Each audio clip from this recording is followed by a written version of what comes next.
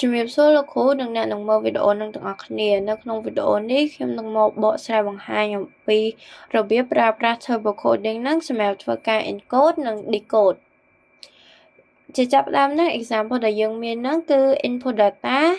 1101អ្នកទាំងអស់គ្នាប្រកាសជាឃើញហើយថា table នឹងតើ table នឹងបានមកពីណា table នឹងគឺបានមកពីការគឺជា state diagram ដែលវាបានមកពី convolution encoder ដែល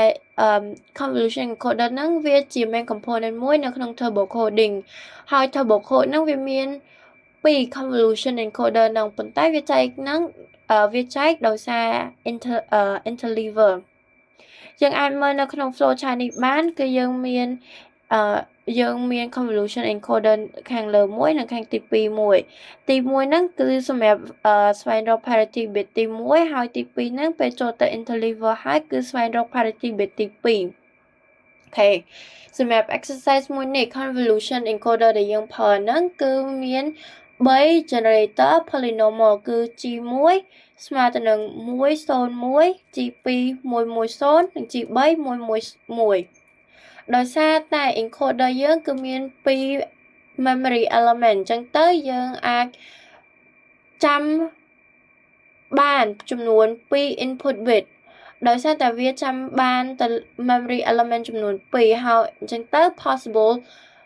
state របស់វាហ្នឹងគឺមានចំនួន4ដែលយើងអាចឃើញបានគឺវាមាន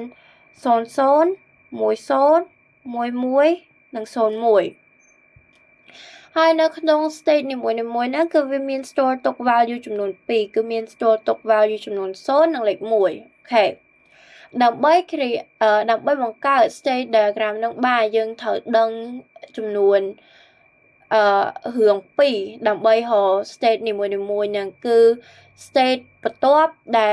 ប់ពី receive input bit ហ្នឹងហើយនឹង output bit generator ដែលបានមកពី encoder អូខេ output ដែលយើងទទួលបាន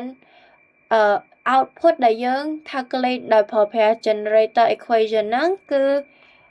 v1 ដែលស្មើនឹង input XOR ជាមួយទៅនឹង state ទី1 state ទី2ហើយ v2 ដែលមាន input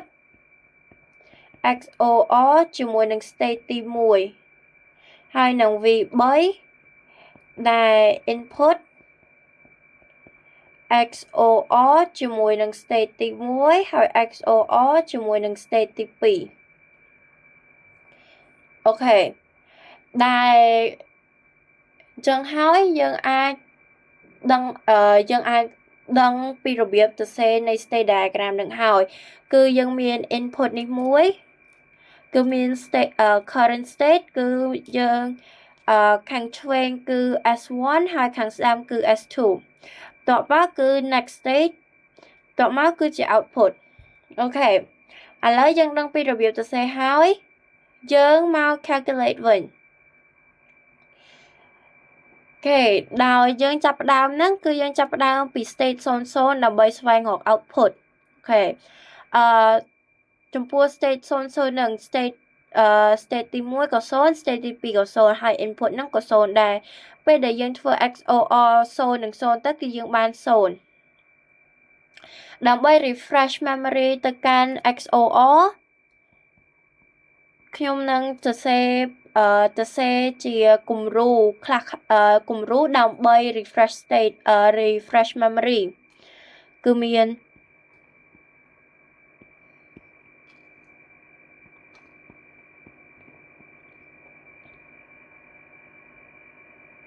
អូខេ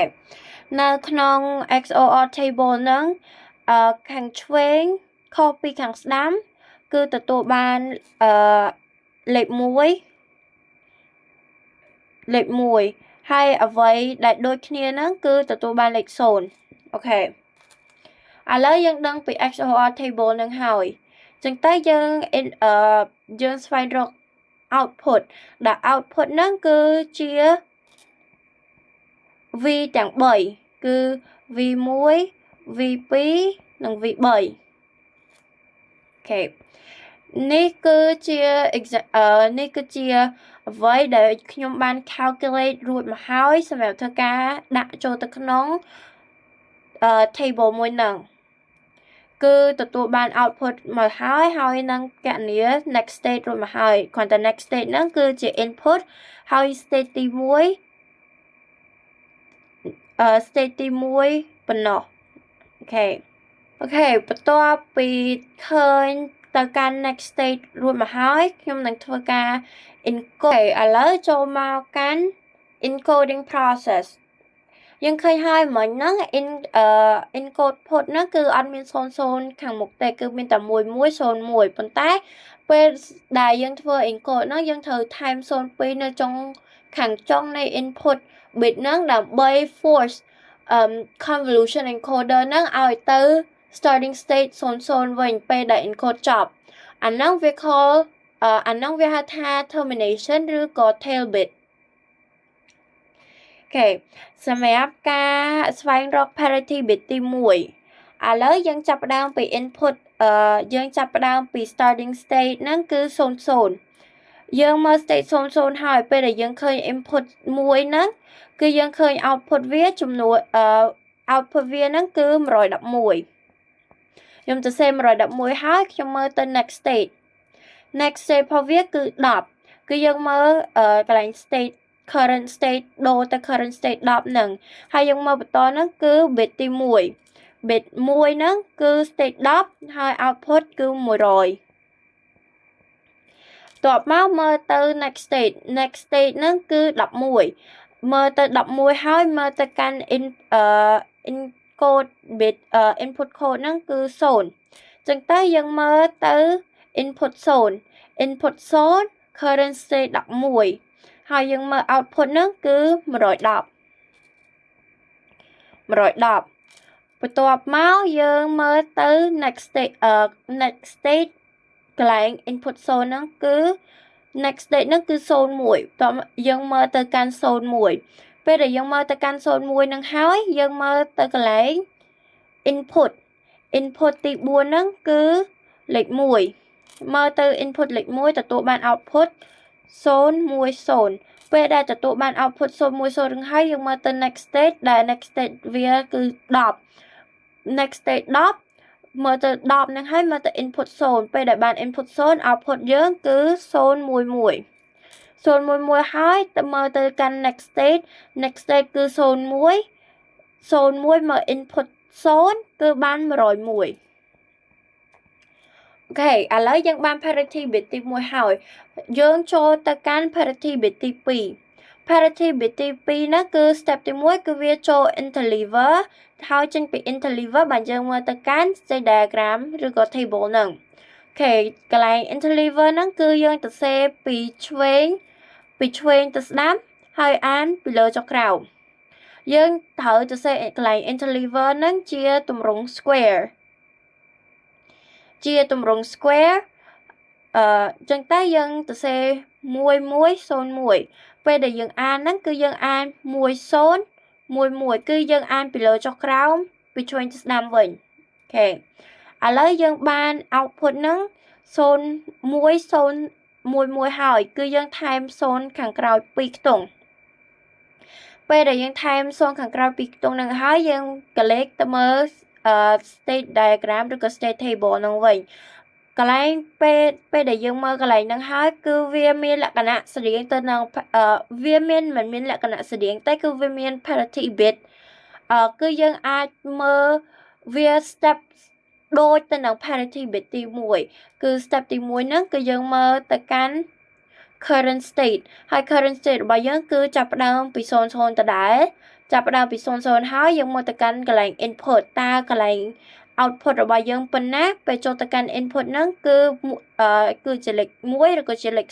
0ពេលមកទៅកាន់ input ហើយយើងមកទៅកាន់ output កន្លែង output ហ្នឹងវាមានលេខ3ខ្ទង់ក្នុងមួយ output ហើយបានយើងមើលទៅកាន់ next state ឥឡូវដឹងពី process នឹងហើយខ្ញុំនឹងធ្វើការ complete parity bit ទី2នឹងបន្តិច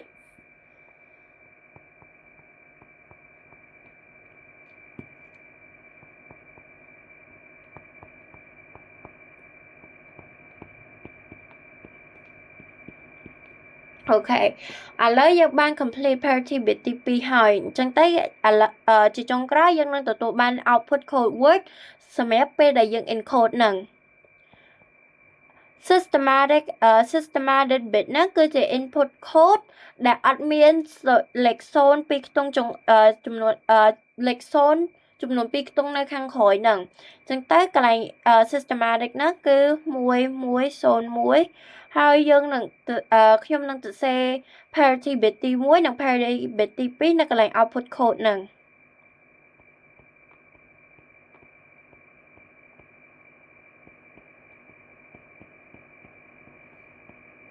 ឥឡូវដល់ parity bit ទី2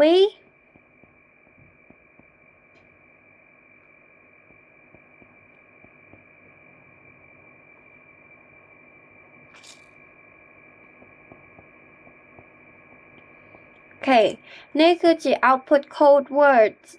ពេលដែលយើង encode ហើយអូខេឥឡូវចូលទៅកាន់ decoding process វិញអញ្ចឹងនៅតែប្រើប្រាស់state diagram នឹងដដែលសម្រាប់ធ្វើការ decode ឥឡូវយើង receive code ពី transmit ហ្នឹងគឺយើង receive code ប៉ុណ្នេះគឺយើង receive code វាមាន systematics ផងវាមាន systematics parity bit ទី1និង parity bit ទី2ចំពោះ parity bit ទី1ហ្នឹងគឺយើងមើលកន្លែង output យើងមើល output ហើយយើងមើលកន្លែង input មើលកន្លែងinput ហើយយើងមើលកន្លែង current state ហើយបានជិនទៅជា next state វិញអូខេឥឡូវយើងចាប់ផ្ដើមពី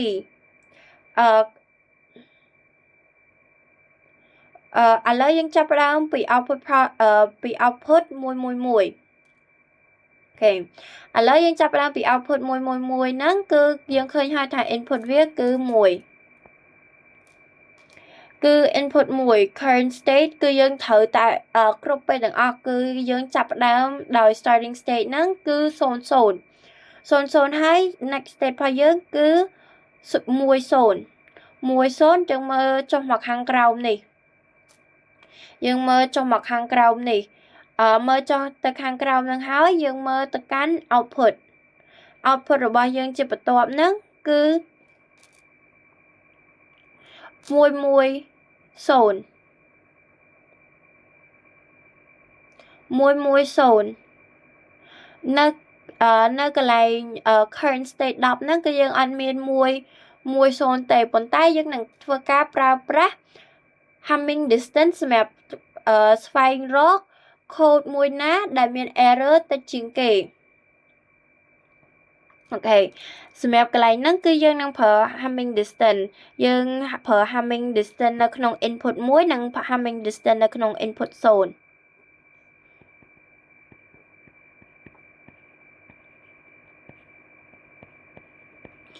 0input 0គឺយើងទទួលបាន1011និង input 1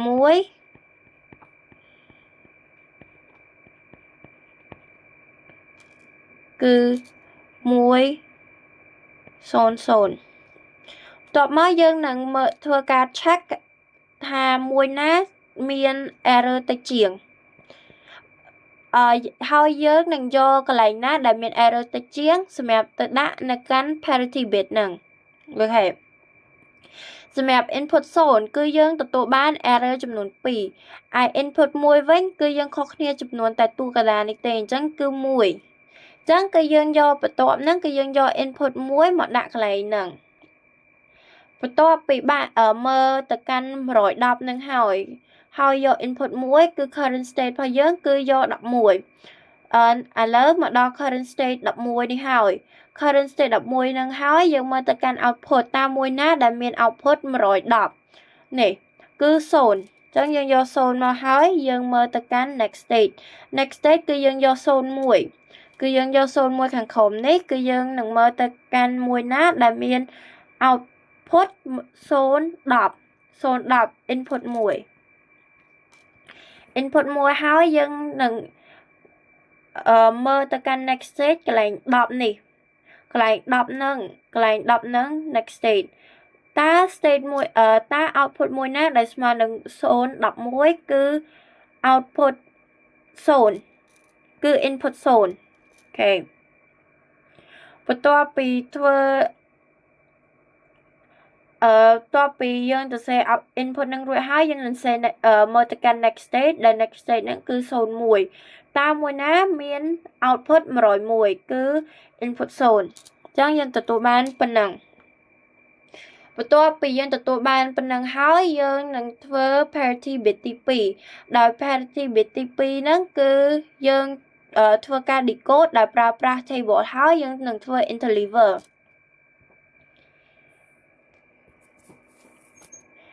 អូខេឥឡូវយើងមើល3ខាងមុខហ្នឹងខ្ញុំនឹងធ្វើការ decode ដោយខ្ញុំនឹងធ្វើការ decode ដោយប្រើប្រាស់ tables នឹងសិន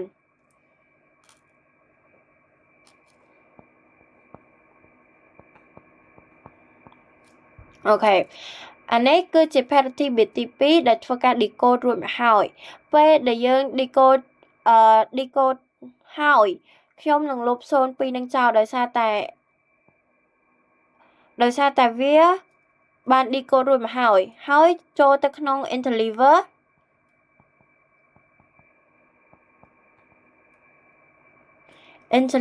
ដែលយើងទៅសេ